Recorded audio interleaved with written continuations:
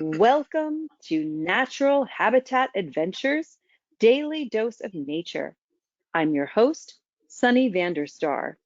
Today's topic is Lynx, one tuft cat, and it will be presented by our fabulous NatHab expedition leader, Andrea Serena. Andrea, thank you so much for being here today and for continuing this series with us. Thank you very much, and good afternoon, everyone. And thank you so much to be here with us and to continue this fantastic series together. Thanks. So let's start this journey.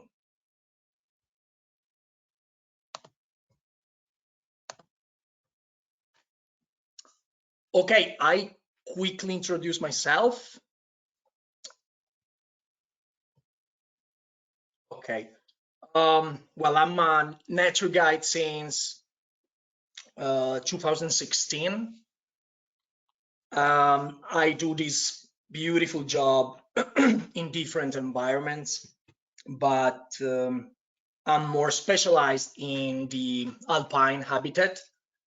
I'm also a Dolomites National Park guide, and I teach as well environmental education right now at the primary school. And of course, I'm more than happy to be an expedition leader for NatHab since 2019. But now let's start the presentation and let's discover together these beautiful felines. So, first of all, Lynx is a genus of feline belonging to the feline subfamily. Okay, it is easily distinguished from other felines by this beautiful long hair, its triangular ears, and with this typical tuft of black hair, and its body also very typical with a short tail and long legs. On a physiological level, what's very distinctive is the fact that the lynx only has 28 teeth instead of 30 teeth like all other felines. This is very particular. And basically, the shortening of the jaws leads to an increase in bite power. And it's very important. It's a very important characteristic for those cats who must prey using ambush and very rapid attack, unlike the felines who, let's say, chase the prey sometimes for a bit of time. Over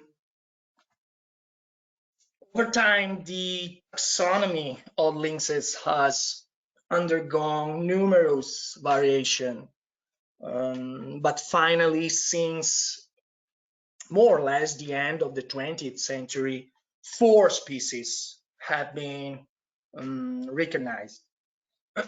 So the Eurasian lynx, the Iberian lynx, the Canada lynx, and the bobcat. We will see these animals one by one later on.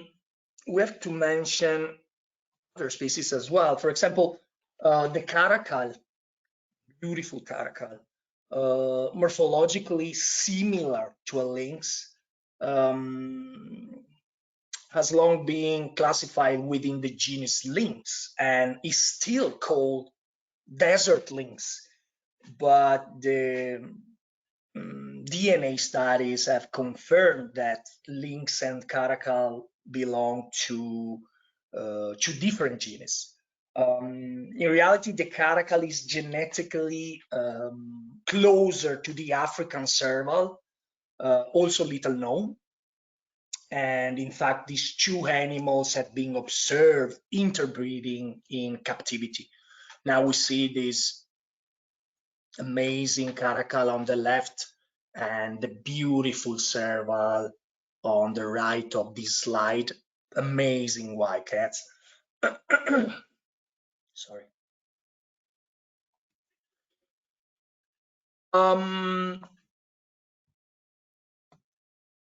Lynxes have a very recognizable physical structure and can hardly be confused with felines belonging to other genus, except as we saw the caracal. Body of the lynx is characterized by waddling gait due to the highly developed hind limbs, which are a peculiarity of this genus, the genus Lynx, since felines in general have their front part of the body more developed. The legs are long and the feet are bulky compared to the rest of the body, and it is an adaptation to move better on snow. Just as the width of the finger pads muffles noise and guarantees a total silent gait, the lynx exerts very little pressure on the ground compared to other carnivore. For example, 3 times less pressure than the white cat, which is definitely smaller. And this is very, very interesting regarding this species.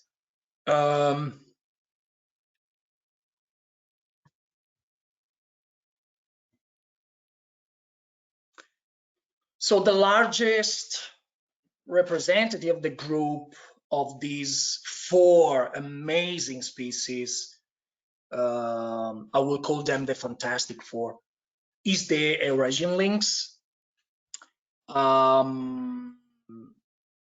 Their size connects us also to their sexual dimorphism, which is well marked. Males are on average a quarter larger than females, more or less. And here we can see how big these 4 species are and what's their sizes. It's impressive how, for example, as we said, the Eurasian lynx, especially the big males, can reach the 66 pounds. So that's a very big lynx compared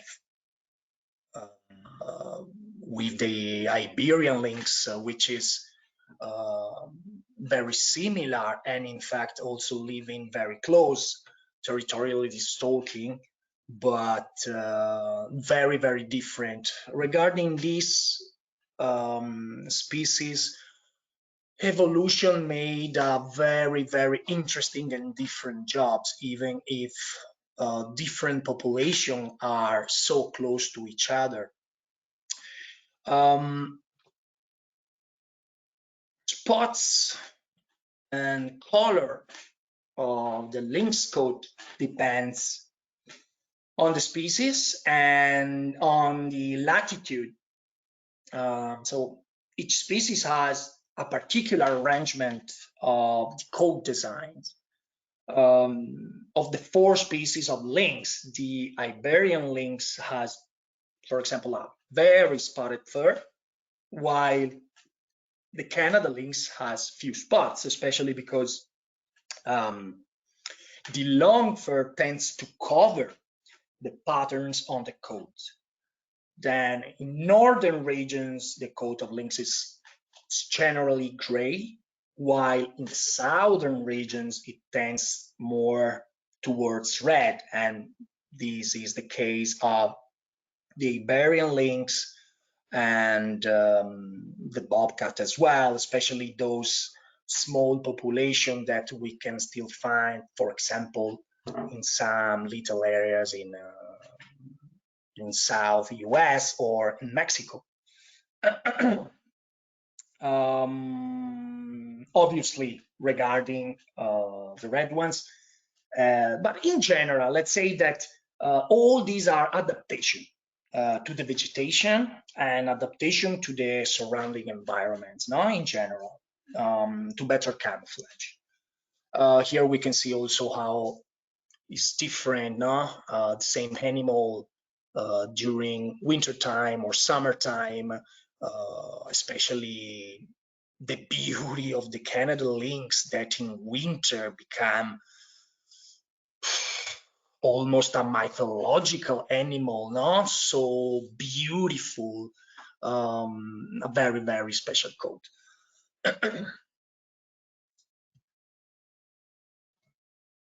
Okay, so here we have these two beauties, the Canada and the Eurasian lynx that live in colder places. And that's why they have a particularly thick fur, especially on the back where the concentration of hair is around 9,000 per centimeter square, which is impressive for a mammal.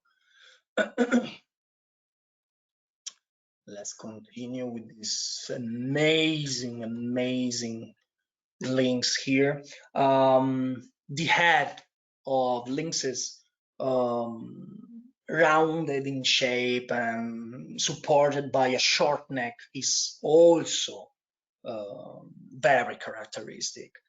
The ears are adorned with tufts of black hair, typical in species, as we said, of the lynx genus, as well as the caracal, but also the jungle cat, for example, in Asia, and in some breeds of domestic cats.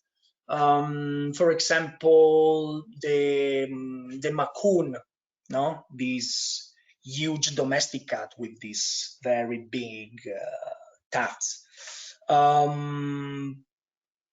It is possible that this feature serves to capture the direction of the wind. So an extra tool for the lynx to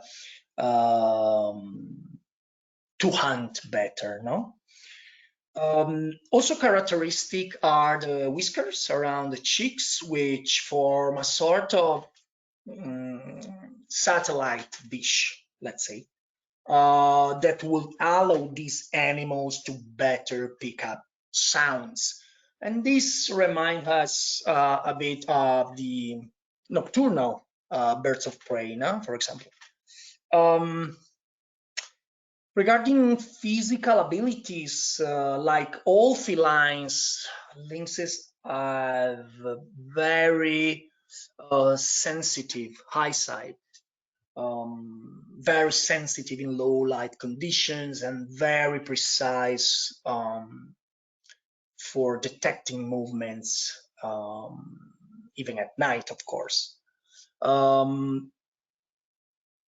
sorry. The sense of smell is developed, but is used only for interspecific communication. So, for example, for marking the territory, or in general with action that deal with territory possession, and never for hunting, unlike what happens with the canids. So with the gray wolf, with the coyotes, the jackals, wild dogs, and so on. Lynxes, if necessary, are able to swim. In general, we think this is not something normal for cats in general, right? But the lynx is actually a good swimmer if necessary. And of course, they are all excellent jumpers and excellent climbers.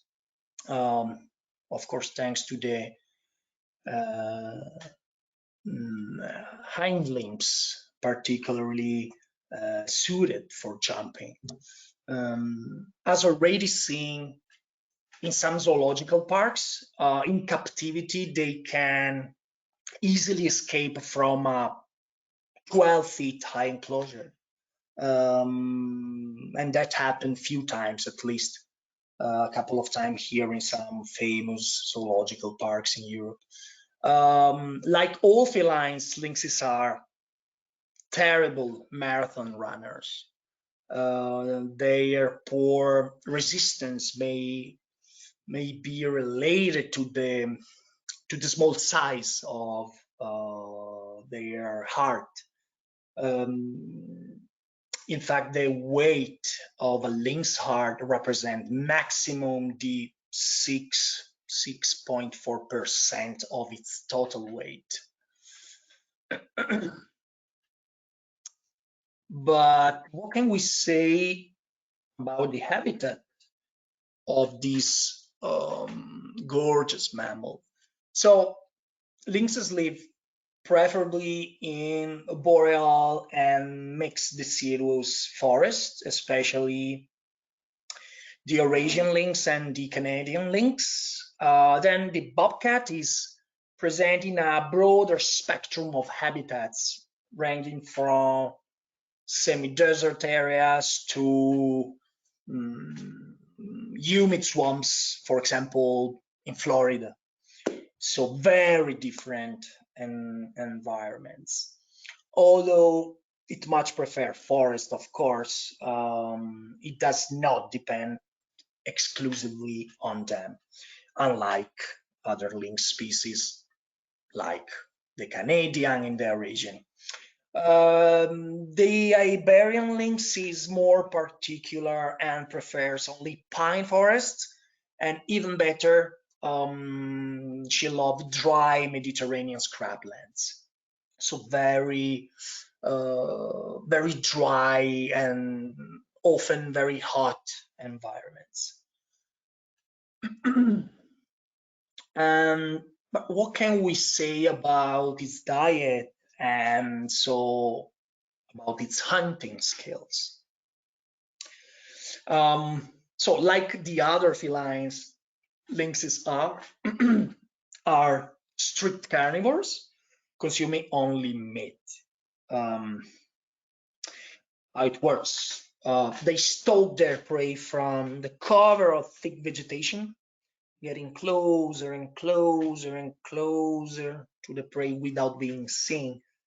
And then they pounce on prey, delivering a fatal bite to the neck or biting down the throat until the animal suffocates.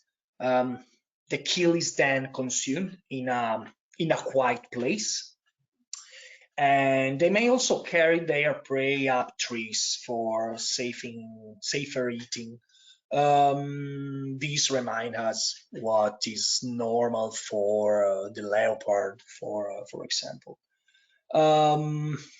If not completely consumed, the prey is hidden to be eaten at a later time. In general, they usually catch prey every 2 or 3 days, and they prefer, of course, to kill the prey. They are not scavenger and they refuse to eat carrion, at least in a too advanced state of decomposition. What else? They can also attack, of course, livestock.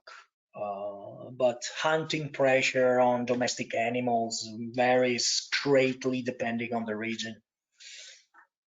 Here in Europe, for example, the number of lynx attacks on livestock is way lower than those of wolves or even brown bears.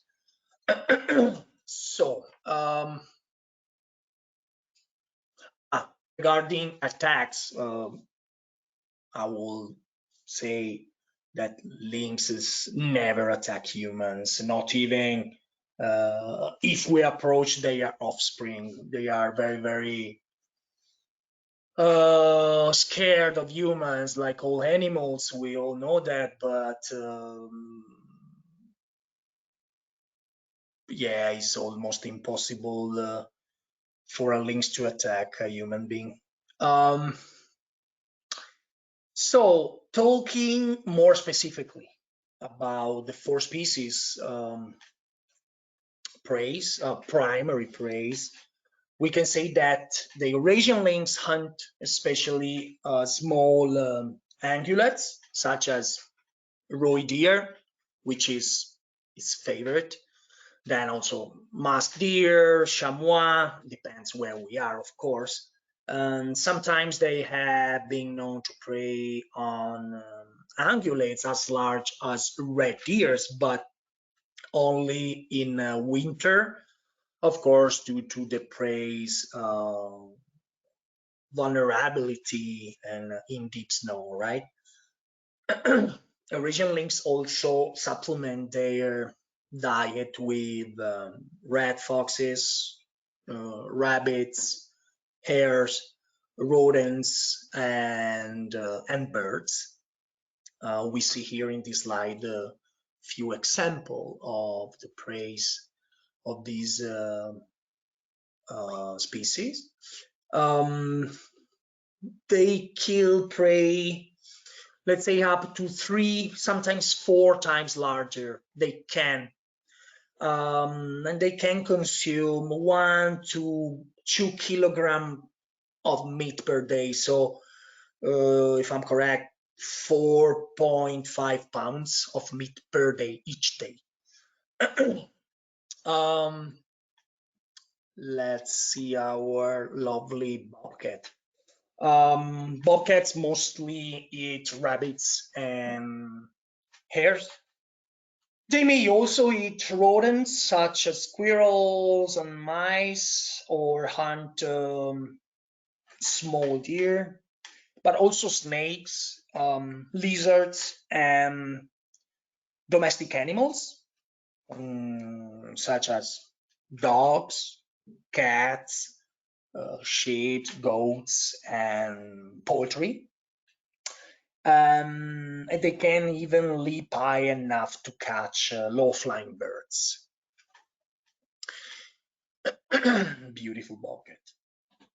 Okay, now the Canada lynx.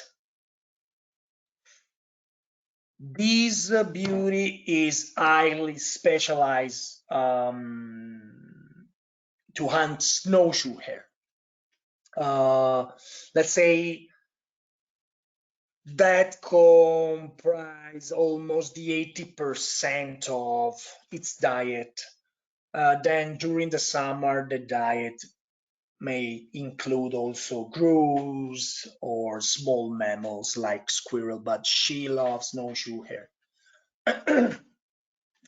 Finally, the Iberian lynx. The Iberian lynx mostly depends on wild rabbits.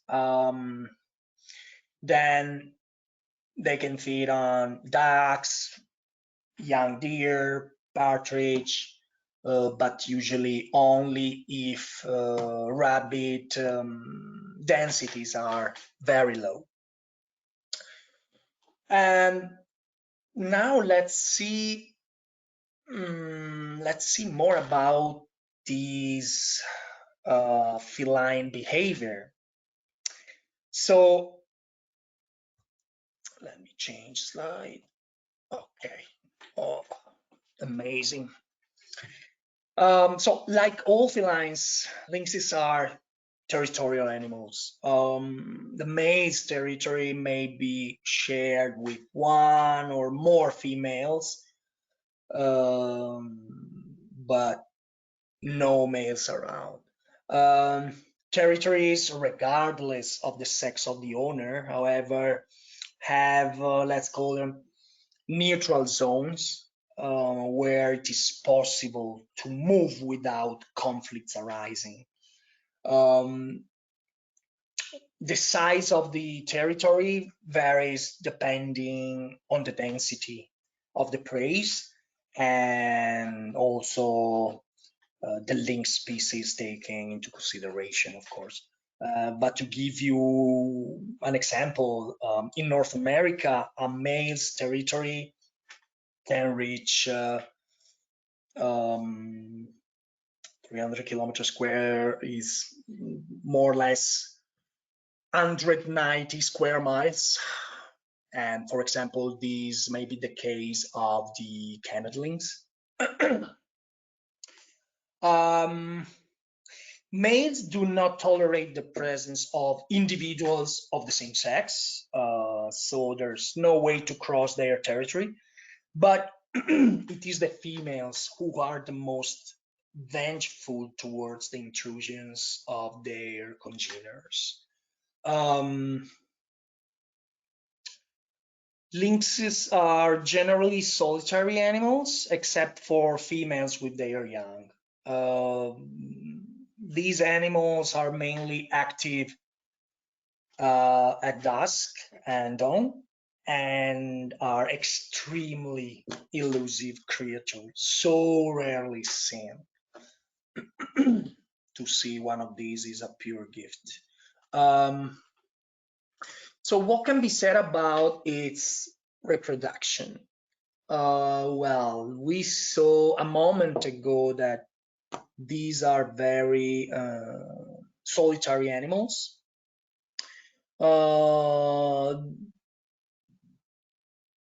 They only meet the only meetings between males and females take place during the reproduction period, and that's all. So during reproduction period, the male follow the female in all her movements. And then breeding cycle. The breeding cycle of lynxes is subject to great variation. For example, that of the Canadian lynx is closely related to that of the snowshoe hare. And so it always depends on the food availability. Sorry. Similar characteristics and observations have been made on the Eurasian lynx, demonstrating that depending on the hare and prey, only 43 to 64% of females give birth. The mating season occurs mainly at the end of winter. We can say in general between February and April. All right, so after an honeymoon, a few days, the male returns to his occupation, being solitary, while the female leaves in search of a refuge where she will give birth to her young after a gestation of approximately 2 months. Then she takes care of the kittens alone, and once grown, teach them how to hunt. These beauties will leave the mother a few weeks before the birth of the next generation. And they will go in search of a new territory. Dispersal, however, occurs on a small scale, since the young, let's say, they settle in territories close to those of their mother, so never too far from the mother. So what about the distribution of the lynx? So all lynx species are native to the northern hemisphere, as we can see here clearly in the slide. The bobcat and the Canada lynx live in North America. The Iberian lynx is found exclusively in a small area in Spain, unfortunately. A very tiny territory compared to the one of the Eurasian lynx. As you can see, the Eurasian lynx territory distribution is the widest across Europe and Asia. Is a huge, huge range. The lynx population has declined more or less strongly depending on the species, but it is in Europe that the decline has been bigger, and that unfortunately is also very clear looking at this map.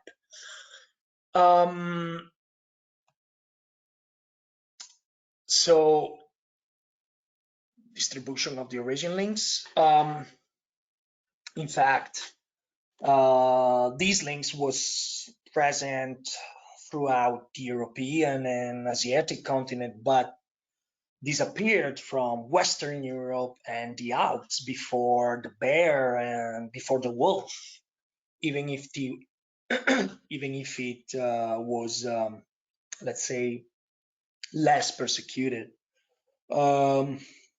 The number of lynxes continued to decline in Europe for a long time, only to increase again from mid 20th century, more or less, when the species was granted legal protection. That is always the key, no?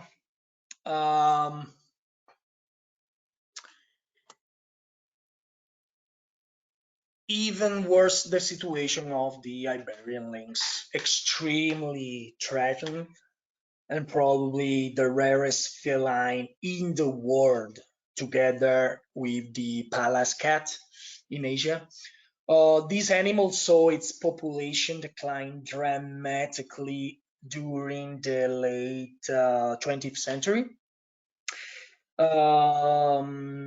due to the myxomatosis epidemics that decimated its main prey, the wild rabbit, and also all the constructions and the vast road network that fragmented the habitat and increased the number of collision with vehicles. Over the course of 20 years, so we're talking about 1980, 2000, Iberian lynx population have decreased by 80%. And I mean, we can see this map is clear.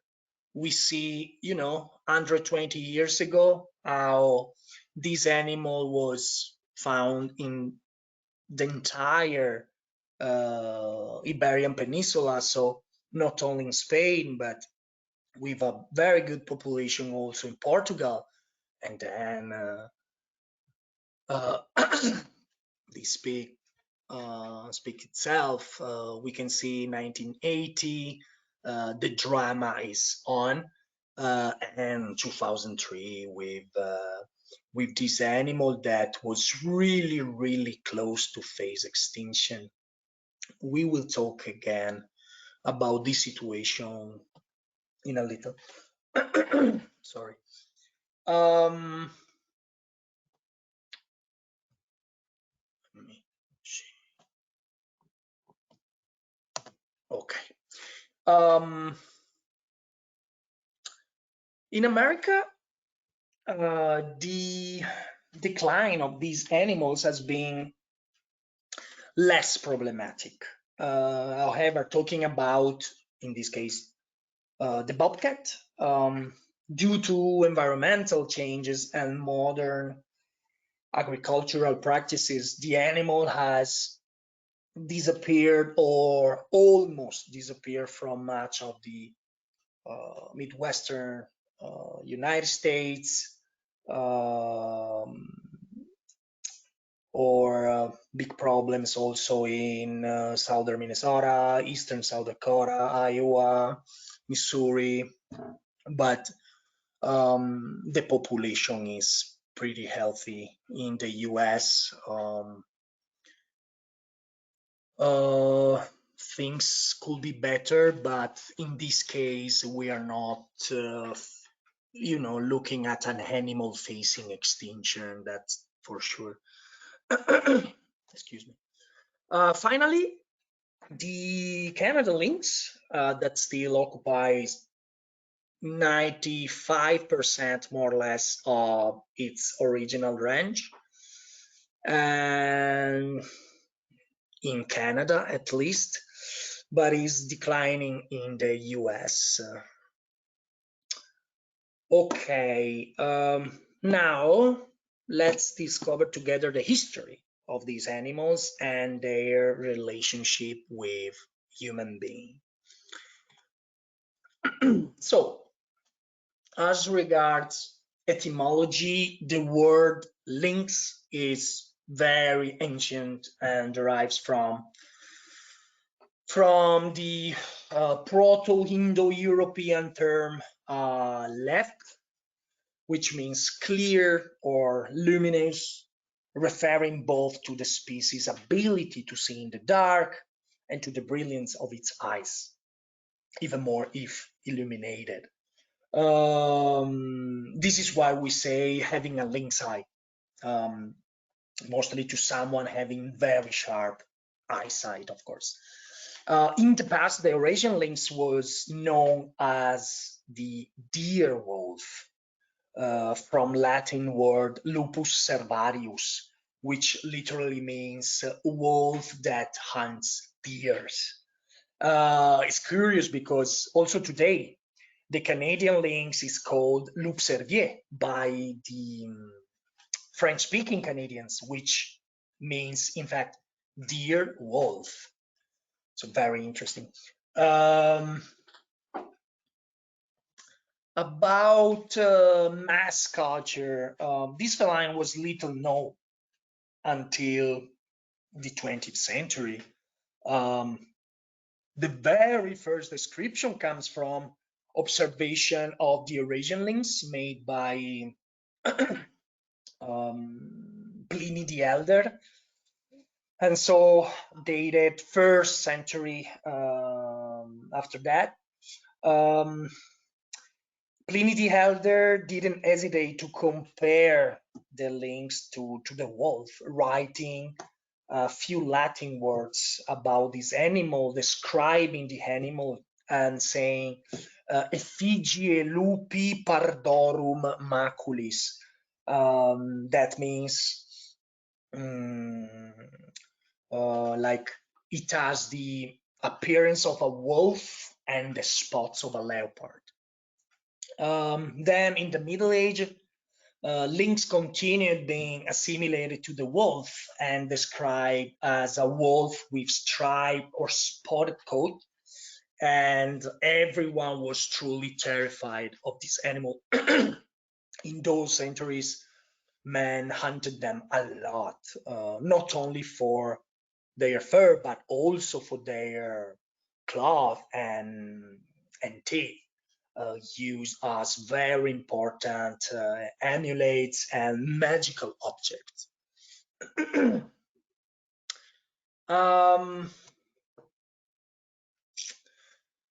The feline was so little known that it was considered some sort of exotic animal coming from far away, brought by someone. No one knew nothing about this feline, at least until the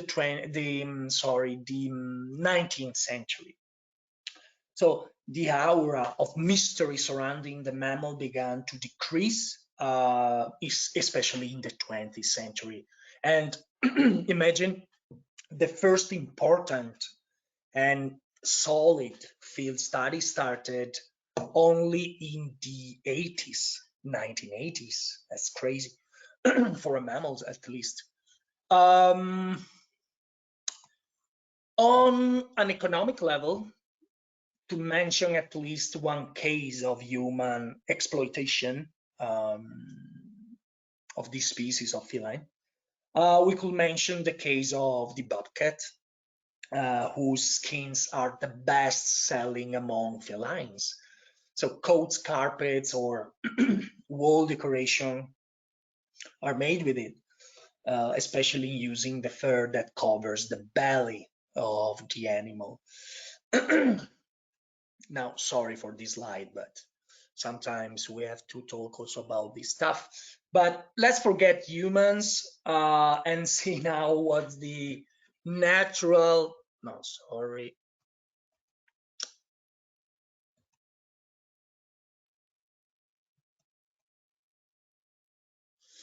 Okay, I missed a slide. Well, I want to talk you about the natural enemies of the lynx. Um, I'm sorry, I'm missing the slide probably somewhere, but never mind. So, being a medium-sized carnivore itself, lynx have very few predators. Anyway, depending the species and so which lynx territory we are considering in the world, there's a possibility to be killed by tigers, wolves, coyotes, and sometimes can be killed by, for example, wolverines if entering into competition for a prey, or by brown bear, for example, while the bear try to steal the lynx prey. Kittens can, of course, be killed by a larger number of predators, also by birds of prey such as the owl, or less known animals like the fisher in North America that we can we can admire if very lucky in the boreal forest of the US and Canada, but it's very elusive. Now, and the slide in this case is correct. Apart from the natural causes of that, was more problematic for these animals. So, as it is for the majority of the world's fauna, lynx main threat comes from human impact and loss of habitat. The urban sprawl of mankind has extended into a lot of forest areas, cutting off the links from path through their habitat or destroying their home altogether. Then, of course, man has done his worst with these animals, with poaching and illegal killing that have been perpetuated for centuries. Poaching has decreased a lot today, I mean, but there's nothing to celebrate. We are in 2023 and human stupidity continues to claim victims. But soon I will tell you something about that. Sorry. So let's see how we help the lynx and its conservation, and let's see the activity carried out by our fantastic partner WWF. Various problems, especially in Europe, such as poaching, but also pathologies transmitted by various mammals, have led lynx populations to risk extinction in some areas around the world. This is why the captive breeding programs and the repopulation project carried out by various realities such as WWF have been vital, especially for the most endangered lynx species and probably the most rarest feline in the planet, the Iberian lynx. The Iberian lynx, which had an enemy in addition to poaching, even more ruthless, the epidemic of myxomastosis we mentioned before, that decimated the populations of white rabbits in Spain. White rabbits, that is of course the main prey for these species, and that that created a never-ending drama to the wide population of Iberian lynx, that went from 1,000 units in 1999 to less than 100 individuals in 2002, which is incredible. Then, thanks to the breeding program of the Doñana National Park in Spain, and also the breeding center in Algarve, south of Portugal, of course, together with WWF and other associations, was possible to reintroduce into the wild 176 Iberian lynxes. Today, the wild population has increased tenfold in 20 years, reaching 2 years ago 1,111 individuals. Can we consider the species safe? WWF tell us that the Iberian lynx is not out of danger, and according to the estimates made by several experts, the number of lynxes should reach 3,500 individuals, including at least 750 adult females to be considered in a good conservation status. There's still a lot of work to do for sure, but the situation is way better, and all this happened in only 20 years. So pretty good news as well.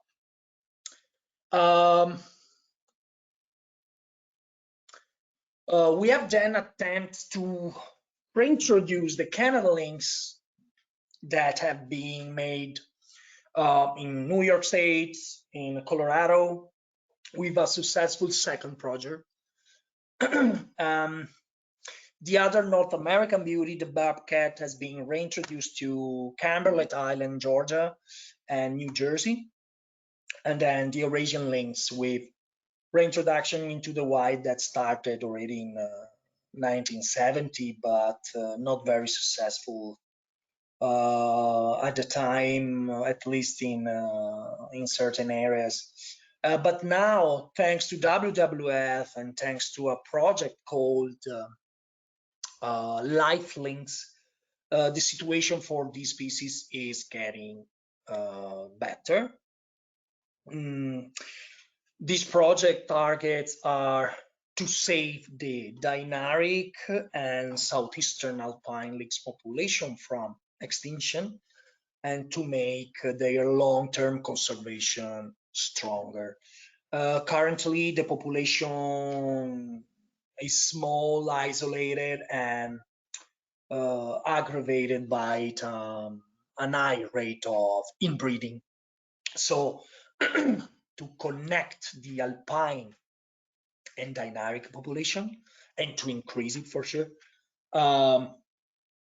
lynxes from viable population from the Carpathians are captured and then released in the most suitable areas, right now located between Slovenia, Austria, and Italy. Few words regarding the hunting. Eurasian lynx hunting is generally forbidden, and only some countries such as Norway, Estonia, and Russia allow controlled killing. The Iberian lynx, of course, is strictly protected in all its range. Hunting of bobcats and Canada lynx is regulated in Canada, US, and also Mexico, but legislation may vary between states. It depends. Going back to poaching, a true plague for the animal world, something really disgusting that we must eradicate at all costs. I like to mention what happened this year, last spring actually, with an important moment for conservation when the last lynxes were released in the Tarvisio forest in the Eastern Alps. Finally completing the last lynx reintroduction project dedicated to this fantastic predator. Well, in few months, one of the 5 animals released has already been killed. A beautiful 6-year-old female, her name was Sophia, was brutally killed just after entering Austria due to another stupid and ignorant act of a poacher. So I would like to dedicate this slide to Sophia, showing it to you in these 2 pictures. On the left, Sophia in the magic moment in which she regains its freedom, and the one on the right, its very last picture taken by a camera trap before being killed. Also the note made by WWF shortly after, saying this is not only a barbaric and cruel killing of a protected animal, someone deliberately wanted to erase a symbol of wild nature, the balance of which also ensures our survival. Okay, now let's smile again and let's see together where we could during a NATAP trip, and with a bit of luck have the chance to spot the Fantastic Four.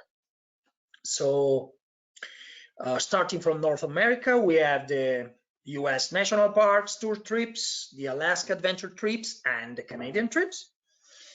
Moving to Europe, we have the Slovenian and Croatian trip, and we mentioned also the past trips to Switzerland. To move then to Asia, and so with the fantastic snow leopard trip and the Nepal and Bhutan trips. Of course, all amazing and really, really incredible experiences. Well, we are at the end of our journey. I hope you enjoyed the time together. I hope you love these incredible predators even more. If anyone wants to ask me something, I'm more than happy to answer. And of course, thank you so much. Thank you, Andrea. That was fabulous. We do have a bunch of questions already, but I want to remind everyone that they can submit their questions via the questions field in the control panel. So let's start with, let's see. Since the offspring take up territories close to their mothers, what prevents interbreeding, or inbreeding, excuse me? Is inbreeding a problem in these populations? Well, usually the females that, well, let's call it the mother, is not going to breed with one of the sons, right? The problem, the big problem with inbreeding, which is in general not a problem in North America, become huge and problematic in places where there are very small population in general, and that are far away from other population. And that's the case of Europe, especially the Alps. So for 10, 20, 30, 40, 50 years, we find these animals, the same animals, breeding with the same partners. So that's the main problem of inbreeding. Again, there's no problem with the offspring. Is very very difficult and inbreeding with the mother, honestly. Okay. Does the link use a voice to communicate? And if so, what does it sound like? Uh,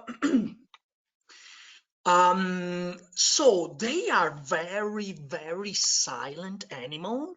They don't like at all to be here because they are very elusive. Of course, all felines are elusive, but these ones are very, very elusive. So the only, let's call them vocalization, are made mostly by the males during just before the reproduction time.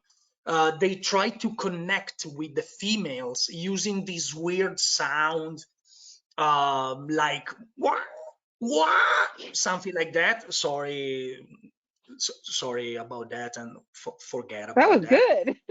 Yeah, forget about what you just hear. But anyway, they are just quick, weird sounds repeated for a few times, and if the female is interested and she know that she's very close to the estrus, then she answer back.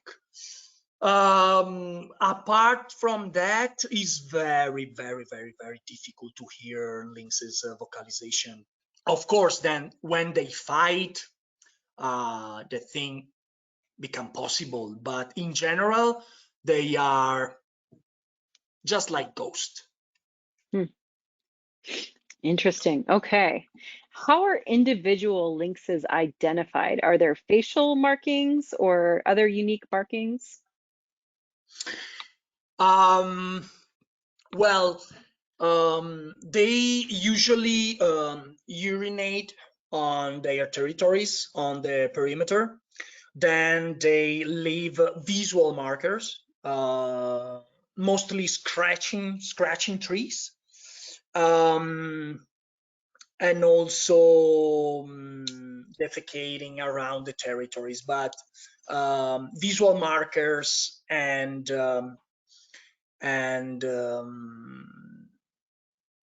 they also leave their smell using these particular glands that they have also near the cheeks or between the fingers, but usually defecating, urinating, and leaving scratches on trees. Hmm.